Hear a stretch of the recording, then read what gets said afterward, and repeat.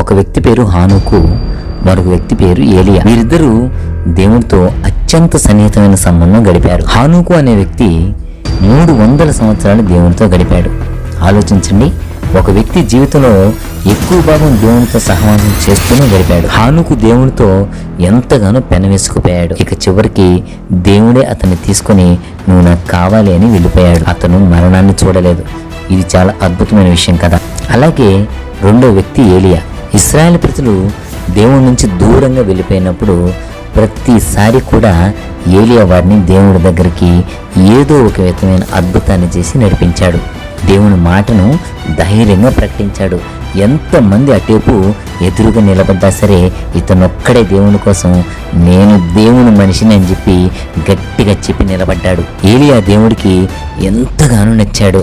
ఏలియాను కూడా దేవుడు మరణాన్ని చూడకుండానే పరలోకం తీసుకెళ్ళిపోయాడు. మనం తెలుసుకోవాల్సిన విషయం ఏంటంటే మనం కూడా దేవుడిపై విశ్వాసం ఉంచాలి.